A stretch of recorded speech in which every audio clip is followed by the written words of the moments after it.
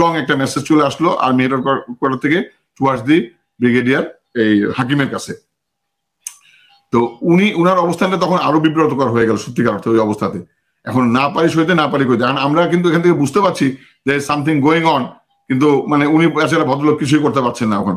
তো উনার ওইদিকে অফিসাররা যারা ছিল এখানে, ইয়াং অফিসার মেজর সুমন থেকে শুরু করে বাকি যারা ইয়াং অফিসার ছিল, এরা কিন্তু খুব অ্যাক্টিভ তখন, মানে বারবার করে বলছে যে স্যার কিছু একটা বলেন, কিছু একটা করেন। এবং তাদের আমারও বোধহয় দু একটা টিম মনে হয় সম্ভবত একদম বিডিআর গেটের কাছাকাছি চলে গিয়েছিল তারা, এবং they wanted to launch an offensive, but ওইটা ব্রিগেডিয়ার হাকিমকে এই নির্দেশের পরে তাদেরকে নিয়ন্ত্রণ করে পিছন দিকে ফেরত আনতে হলো।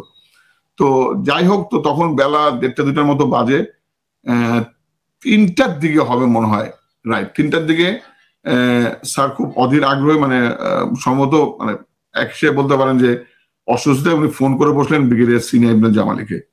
তখন উনি সিজিএস। তো আমার তখনও খেয়াল আছে, উনি সরাসরি এই কথাটাই বলেন যে স্যার বেলা তো পার হয়ে গেল এখন, তো আরেকটু পরে কিন্তু অন্ধকার নেমে আসবে, তো অন্ধকার হয়ে গেলে কিন্তু আমাদের জন্য অপারেশন পরিচালনা করা খুব ডিফিকাল্ট হয়ে যাবে, কারণ তখন আমাদের বিভিন্ন গেট থেকে যে সৈনিকরা আমাদের ঢুকবে তখন দেখা যাবে আমরা আমাদের নিজেদেরই গুলি করছি। তো এই ক্ষেত্রে আমার জন্য কিন্তু অপারেশন কন্ডাক্ট করা, উনি বললেন যে যেহেতু সেনাপ্রধান এখনো ফেরত আসেন নাই ওখান থেকে, সুতরাং এই মুহূর্তে কোনো রকমের কোনো আমি আদেশ দিতে পারছি না। এবং উনি যখন এটা বলেন, এগুলো আমি একদম পাশাপাশি, একবার আমি ফরিদুল গভর্নরের সাথে এই ধরনের কনভারসেশন গুলোর সময় পাশাপাশি। তো তখন ফরিদুল গভর্নর এত কিছু বলার নেই, বাট উনি কিন্তু স্ট্রেস করলেন যে স্যার যেটাই করেন আপনারা অন্তত পক্ষে ডার্ক হওয়ার আগে আমাকে অনুমতিটা দিয়েন, আগে অন্তত পক্ষে অনুমতি দেন যাতে আমরা ভিতরে ঢুকতে পারি। তাহলে অর্থাৎ ভিতরে ঢুকার যে একটা অদম্য স্পৃহা, আকাঙ্ক্ষা, চেষ্টা, ইচ্ছা, মানে প্রচন্ড রকমের, কারণ কিছু হলেও কিন্তু অলরেডি মানুষ বুঝতে পারছে যে ভিতরে কিছু একটা হচ্ছে, কিন্তু আমরা ভিতরে ঢুকতে পারছি না, আমাদের অনুমতি নেই। মানে হোয়াট কাইন্ড অফ, মানে বোঝার মতো না আসলে। যাই হোক, আসলো না পারমিশন, বিকাল গড়ায় গেল, সন্ধ্যা হয়ে গেল, পারমিশন আসলো না। এর মধ্যে তো ঘটনা অন্য খাতে প্রবাহিত হয়ে গেল, জিনিসটাকে প্রবাহিত করা হলো।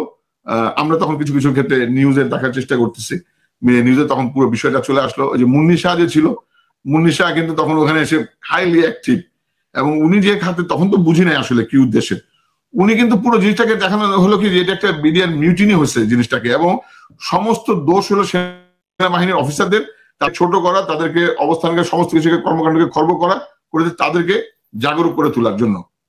তো এগুলো চলতে থাকলো, আমরা তখন বুঝতে পারছি যে there is something going on. বিকাল 4টা বা 5টার দিকে আমার নিউ মার্কেট গেট থেকে আমার এফএস আবার আমাকে মেসেজ দিল যে স্যার একটা মিছিল ঢুকতে যাচ্ছে স্যার এই নিউ মার্কেট গেট থেকে। তো এখানে সব সিভিলিয়ানদের মিছিল, তো একটা মিছিল এখানে নেতৃত্ব যে সিভিলিয়ানরা, তো মিছিলে বলতেছে বিডিআর জনগণ ভাই ভাই, এই ধরনের মানে একটা করে, মানে বিডিআর এর জওয়ানদের সপক্ষের একটা শক্তি হিসাবে ওখানে ঢুকতে যাচ্ছে। আমি বললাম ঠিক আছে, দেখো এটা কিভাবে কি হয়, যারা ঢুকতে যাচ্ছে এখানে তো না করার কিছু নাই। ওদেরকে বলা হলে বলে যে না আমাদের কিছু করবে না, আমরা জওয়ানদের সাথে, জওয়ানরা আমাদের কোনো ক্ষতি করবে না। মিছিল ঢুকে গেল, আমার এফএস এর তো কিছু করার নেই। তো ওখানে মেজর কামরুলের নেতৃত্বে যারা ছিল আমার মনে হয় তারাও প্রতিহত করেনি, তারা ঢুকে গেল ওখানে। তো বিকাল গড়াতে থাকলো, বিকাল গড়ানোর পরে এটা কিন্তু একটা ইম্পর্টেন্ট ইভেন্ট এই যে মিছিলটা।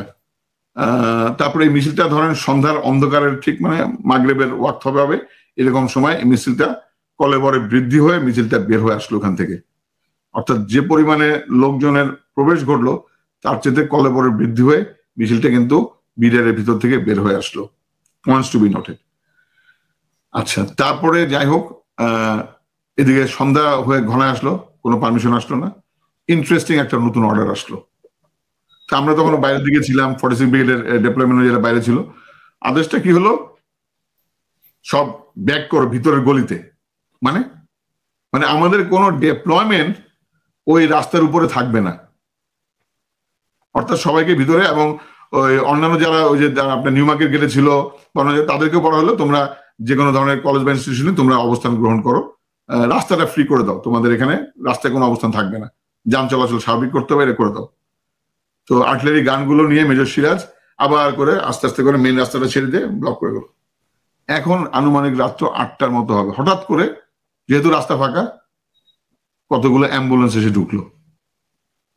অ্যাম্বুলেন্স এসে ঢুকলো, তো তখন আমরা তো জানি না, আমি দেখতে পাচ্ছি এগুলো পাঠাচ্ছে, কারা পাঠাচ্ছে, আই হ্যাভ নো নলেজ, আমিও জানি না, 46 কমান্ডও জানে না, কিন্তু ওখান থেকে এসে ঢুকলো। মানে কতগুলো যে অর্গানাইজেশন এখানে কাজ করছে এটা মানে এখন ভাবতে অবাক লাগে। এখানে অ্যাম্বুলেন্সে ঢুকলো, ঢুকে নিয়ে তারপর ওরা ছিল বোধহয় ঘন্টা খানেকের মতো, আবার সেই অ্যাম্বুলেন্স গুলো বের হয়ে চলে গেল। তখন কিন্তু এইটুকুই তথ্য, আমি পরে বিশ্লেষণে আসলে বোঝা যাবে। সেই অ্যাম্বুলেন্স গুলো আসলে ঢুকলো, চলে গেল। এই অ্যাম্বুলেন্সে কারা ঢুকলো, কারা গেল, কারা আহত হলো আমরা জানলাম না। পাশ করে এবং অ্যাম্বুলেন্স গুলো যে বের হয়ে গেল কোনো স্বাভাবিক গতিতে যায় নাই। অর্থাৎ যে ভিআইপি প্রোটেকশনের গাড়িগুলো যেমন করে দ্রুত গতিতে চলে যায়, সেরকম একটা সাই সাই সাই করে মানে অ্যাম্বুলেন্স গুলো পার হয়ে চলে গেল ওখান দিয়ে। মানে চোখের নিমিশে 5-6টা অ্যাম্বুলেন্স ওখান দিয়ে দ্রুত গতিতে বের হয়ে চলে গেল। এইদিকে তো আমরা মানে ওই সব আবাহনীর মাঠে জগদ্দল পাথরের মধ্যে বসে থাকলাম। তখন এই অন্ধকার হওয়ার পরে 8টা 9:30 দিকে তখন খবর আসতে থাকলো যে ওইখানে ভিতরে যে সমস্ত অফিসাররা আছে, কারা কারা আছে, এদের কোনো তথ্য যদি জানে আমরা জানি, তাহলে যেন সরকার বলতে যে লোকাল যে সমস্ত এমপি বা যারা আছে তার মধ্যে একটা হলো যে তাপস বা এদের কাছে মানে যেন খবরটা পৌঁছানো হয় যে কারা ভিতরে আছে, তাদের কাছে যেন তাপসের কাছে বা জাহাঙ্গীর নানগর মির্জা আজম এদের কাছে যেন লোকাল যারা ওখানে এলাকাতে নিয়ন্ত্রণ করছে তাদের কাছে যেন তথ্যগুলো দেওয়া হয় যে কোথায় কারা আছে, তাদেরকে বলে তাদেরকে উদ্ধার করে আসবে এবং সাহারা খাতুন এই অপারেশনের নেতৃত্ব দেবেন, তাদেরকে ভিতর থেকে উদ্ধার করে আনবেন। তো মানে যাদের পরিবার পরিজন আত্মীয় তারা যেন তাদের সাথে যোগাযোগ করে, বলা হলো তাদের সাথে যোগাযোগ করার জন্য। আচ্ছা, এখন কারা কি যোগাযোগ করছে আমরা জানি না সেটা। তো এই চললো রাতে বেলা, তখন অপারেশন আর কিন্তু নাই, কিন্তু কোনো অপারেশনই নাই। তো ওই দিন বিকালে আর কোনো অপারেশন হলো কিছু হলো না। রাতে বেলা তখন বোধহয় বাজে 11:30-12টার দিকে তখন এই ব্রিগেডের ইমরুল কায়েস আসলেন এখানে আমাদের ওখানে। আমরা তখন আবাহনীর মাঠে ওদিন রাতে। তো ওদিন রাতে ওখানে থাকলো, অপারেশন তার হলো না, খালি ভিতরের গুমোট খবর যে আমরা তখন পর্যন্ত মোটামুটি জানা গেছে যে কিছু অফিসার মারা গেছে, এইটুকু মোটামুটি নিশ্চিন্ত হয়ে গেছে। এবং বলা হলো যে এর মধ্যে তো বোধহয় প্রধানমন্ত্রী সাধারণ ক্ষমা ঘোষণা করা হয়ে গেল বোধহয় সম্ভবত। এবং তখন আর অপারেশনের যে ভাইবটা, যে জিনিসটা ওটা কিন্তু নিয়ন্ত্রণে নিয়ে আসছে অলরেডি। অফিসারদের যে কেসটা ছিল এইটুকু সময়ের মধ্যে মানে it's healing up the gap, তো ওইটা করে নিয়ে আসলো অফিসাররা। তখন মানে একটু দমন অবস্থার মধ্যে মানসিক ভাবে সিদ্ধান্ত না পেতে পেতে আর কি করবে, ওখানে অবস্থান করতেছে মানে প্রহরীর মতো আর কি, just like a guard, security গার্ডের মতো। তো ঠিক আছে, এরপরে যখন রাত্র হয়ে গেল তখন রাত্রেবেলা ওনারা এসে কি কথা বললো, 46 brigade commander brigadier Imrul Kayes ধানমন্ডির মাঠে বসলো, কথাবার্তা হলো। বাট মেইনলি তারা চেষ্টা করছিল যে ওখান থেকে কোনো অফিসারদেরকে উদ্ধার করা যায় কিনা। তো সাহারা খাতুন ওখানে ভিতর ছিল, মির্জা আজম বা জাহাঙ্গীর এরা দুজনই, বা একজন মির্জা আজম সম্ভবত মির্জা আজম ভিতরে ছিল রাতে। তো এরকম ভাবে এই তথ্যগুলো বিক্ষিপ্ত ভাবে আসলো। পরের দিন সকালবেলা ভোর হয়ে গেল, দেখতে দেখতে রাতে কিছুই হলো না, পরের দিন ভোর হয়ে গেল। এটা আমি আপনাকে ঘটনা বলছি, আর ঘটনার মূল্যায়ন বা পর্যালোচনা আমি পরে আসব। তো এরপরে যখন ভোর হয়ে গেল পরের দিন সকালে, ভোরার পরে এখন তো আর মনে করেন মানে অপারেশনের জন্য কোনো চূড়ান্ত সিদ্ধান্ত নেই, কোনো কিছু নেই। সকালবেলাটা একেবারেই মানে কোনো রকম কিছুই বোঝা যাচ্ছে না। হঠাৎ করে দুপুরের দিকে একটা ভাইব উঠলো যে আর্মি অপারেশন লঞ্চ করতে যাচ্ছে। ওকে, সো ঠিক আছে।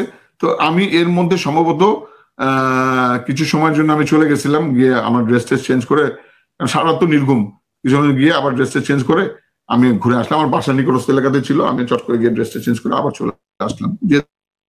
আর আমি আর অফিসে আর যাইনি, কারণ আমাকে বলা হয়েছে যে ঠিক আছে তুমি ওই এলাকাতে থাকো, খাবার দাও, আপটুডেট দিও। Okay fine. আর এদিকে আমি কিন্তু আর বাকি খবর যাই না। ওই যে 14 ইঞ্জিনিয়ার ব্রিগেডে চলে গেল মেজর মাসরুর, ওনারা ওখান থেকে কি দিচ্ছে না দিচ্ছে, কি তথ্য হচ্ছে ওখানে, ওনাদের খবর আমি কিছু। তো যখন আমি পরে চলে আসলাম, হঠাৎ করে যখন এটা আদেশ হলো, মজার ব্যাপার দেখলাম ওই আবাহনীর মাঠে কাইন্ড অফ আমরা মিলিটারি কোনো অপারেশন পরিকল্পনা করার আগে এক ধরনের মডেল বানাই, মানে মাটি দিয়ে কোথায় কি অবস্থান, কারা কোন দিকে লঞ্চ করবে। তো তখন ওই সময় ওই দিন আমি অ্যাক্টিভ দেখলাম দুইজনকে। দুজনের মধ্যে একজন হলো তৎকালীন লেফটেন্যান্ট কর্নেল মাইনুর, উনি 24 BMA লং কোর্সের, উনি সম্ভবত মেজর সুমনের ইউনিটের সিও। মেজর সুমন তো বোধ হয় 4 বেঙ্গলের অফিসার, হ্যাঁ উনি তখন 4 বেঙ্গলের সিও।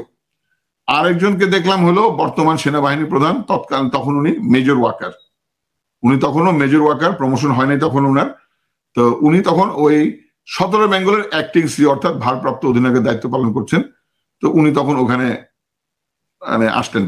তো দেখলাম তো তখন ওখানে রীতিমতো ফুল ফ্লেজেড আপনার একটা মানে অপারেশন মডেল হলো, ব্রিফিং হলো, সবকিছুই হলো।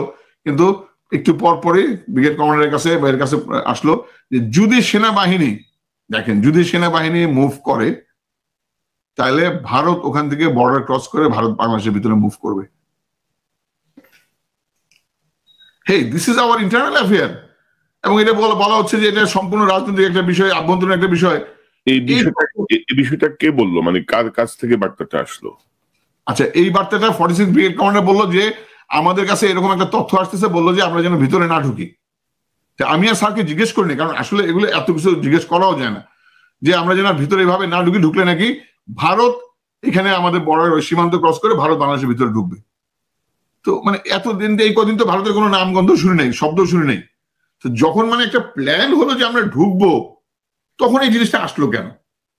তো তারপরে আমি যেদিন ছিলাম, আমার ফোন আসলো, ফোন করে বললো যে আঙ্কেল আমি একজন জেসিওর ছেলে, দেখেন এগুলো কিভাবে ইন্টেলিজেন্স কাজ করে, আমি একজন জেসিওর ছেলে, ভিতরে অপারেট করবেন, তো এখন আমরা তো ভিতরে আছি আঙ্কেল, তো এখন ভিতরে থাকলে যদি ওরা, তো বললো কিন্তু আঙ্কেল আপনারা যদি মুভ করেন তাহলে কিন্তু বর্ডার দিয়ে ইয়েরা ঢুকবে। তাই বললাম তুমি এই খবর কোথেকে পাইলা? ওই ছেলেকে আমি বললাম তুমি এই খবর পাইলা, তুমি কি? বাট আসলে এটা হলো ওই যে ওদেরই কোনো এজেন্ট, ওই এজেন্টের মাধ্যমে আমাদেরকে মেসেজ গুলো কনভে করে দেওয়া, যারা আমরা ওখানে ফিল্ডে আছি তাদের কাছে মেসেজটা কমিউনিকেট করা। এটা হয়তো ওদের কোনো একটা স্লিপার সেল বা ইন্টেলিজেন্স থাকে না, ওরকম যে কাজগুলো করানো। আচ্ছা, ওই দিন রাতে সম্ভবত, এটা আমি কনফিউজ হতে পারি, ওই দিন রাতে মনে হয় আমাদের ওই বর্গগুলোকে বের করে নিয়ে আসা হলো, অফিসারদের পরিবারবর্গ যারা আসলো তাদেরকে বের করে প্রথমে আমাদের ওই ধানমন্ডির মাঠে ওখানে আনা হলো, পরবর্তীতে বাসে করে নিয়ে আসা হলো। তাদের মানসিক মানে অবস্থা মানে একেবারে বিপর্যস্ত। তো ওইটা সহ্য করার মতো ক্ষমতা কারোরই থাকার না সত্যিকার অর্থে। ওইগুলো দৃশ্য আমি মনে করতে চাই না, ওনাদের মুখের চেহারাগুলি মনে করতে চাই না, যেটা আমাকে এখনো চরম ভাবে একদিকে ব্যথিত করে, আরেকদিকে আমার রক্ত মানে মানে শীত দ্বারা দাঁড়ায় যায় যে কিছু একটা করা দরকার, যে এটা এত বড় অন্যায়, এত বড় জুলুম অত্যাচার, মানে আমরা জাস্ট একটা নির্বোধের মতো দাঁড়ায় থাকলাম, প্রশিক্ষিত সৈনিক হয়ে নিয়েও কেউ কিছু করতে পারলাম না, এত লোকজন এত সৈন্য সামন্ত নিয়ে একটা বেকার মানে ভাবে দাঁড়ায় থাকলাম। এটা তো মানা যায় না। মানুষ তো একটা এন্ড অফ দি ডে, আমি অফিসার হই যাই হই না করি, আমি তো একটা মানুষ, তো আমার তো একটা হৃদয় আছে, তো আমার তো চোখ আরেকটা চোখকে দেখে, ওই চোখের সাথে চোখের ভাষার বিনিময় হয়, এগুলো তো মানুষ বুঝতে পারে। ওইটুকু দেখার পরে বোঝার পরে আমার তো বুঝতে বাকি রইল না যে উনারা কি ধরনের অবস্থাটা পার করে আজকে এখানে আসছেন। এইটুকু এই জানে থাকার সাথে না থাকাটা অনেক ভালো। ওনারা জানে বেঁচে আসছেন ঠিকই, কিন্তু ওনারা যে স্মৃতিটা নিয়ে আসছে ওখান থেকে, সেই স্মৃতিটা ওনাদেরকে প্রতিটা দিন ঢুকে যেটা আমি ভিতরে না থেকেও আমি শুধু ওনাদেরকে দেখে আমার ভিতরে এখনো কাজ করে, কষ্ট হয়, বিবেকের তাড়না চাপা দেয়, রাগ উঠে, জেদ উঠে, ব্যর্থতার একটা মানে মাঝে মাঝে মনে ব্যর্থ, আমরা কিছুই করতে পারিনি। তাহলে তাদের উপর দিয়ে কি যাচ্ছে একটা বার চিন্তা করে দেখেন তো, আপনি নিজেকে প্রশ্ন করেন, তাহলে তাদের উপর দিয়ে কি যেতে পারে এখন পর্যন্ত। যাই হোক, তো তারপরে তারা ওখানে চলে গেলেন, ওদেরকে নিয়ে কোথায় যেন মেসে বা কোন মেসে থাকার ব্যবস্থা করা হলো। এই ওই দিনও রাত অতিক্রম হয়ে গেল, রাতে আর কোনো অপারেশন হলো না কিন্তু। তো এখন যেটা হচ্ছে কি, আমি ওই দিন রাতেই সম্ভবত এটার পরে এইখানে যে উল্লেখযোগ্য ঘটনাটা, হ্যাঁ ওই দিন রাতে না আমি যেতে পারিনি। ওই দিন রাতে Dhaka dead commander colonel Almas Raisul Gani, উনি তখন এই যে কর্নেল মুয়াজ্জেমের কথা বলতেছিলাম, এই উনি কর্নেল মুয়াজ্জেম, এবং এখানে বলবো কি কর্নেল মুয়াজ্জেম কিন্তু ওই ঘটনার দিন শোনার পরে উনি মানে জয়নিং টাইমে থাকলেও ডিজে করে চলে আসলেন এবং আমার সাথে টাইম বিভিন্ন কিছু নিয়ে কথাবার্তা বলছিলেন, খবর দেওয়ার জন্য বা দেওয়ার জন্য। হি ওয়াজ ভেরি অ্যাক্টিভ। তো যাই হোক, তো ওনারা তখন রাত্রেবেলা বসলেন ডিজিএফআই করে, ডিজিএফআই করতেন এটা ঢাকা ডেটে কর্নেল যে ছিল কর্নেল, ওখানে উল্লেখযোগ্যের মতো অফিসার ছিল প্রথম দিন সম্ভবত আমাদের মেজর মাস্টারের কথা ছিল, বাট উনি আমাকে পরে বললেন যে মজ্জেম স্যার বলে যে তুমি বরং ওই দিকটাতেই থাকো, তুমি যেহেতু এখানে আসো তুমি বরং এখানটাতেই থাকো। তো আমি আর ওখানে যাইনি, আমি গেছিলাম পরের দিনটাতে। ইয়েস, তো পরে যাই হোক, কর্নেল আলমাস রাইসুল গনি, কর্নেল মসজিদ ছিল বোধহয় আর্টিলারি অফিসার, র্যাবের ইন্টেলিজেন্সের ডাইরেক্টর ইন্টেলিজেন্স ছিল। তো উনারা মোটামুটি ভাবে কিন্তু ওখানে বসছে, মানে মেইনলি উদ্ঘাটন করার জন্য যে জিনিসটা কোথায় কিভাবে কি হচ্ছে। তো ওইটা নিয়ে রাতের বেলাটা চললো।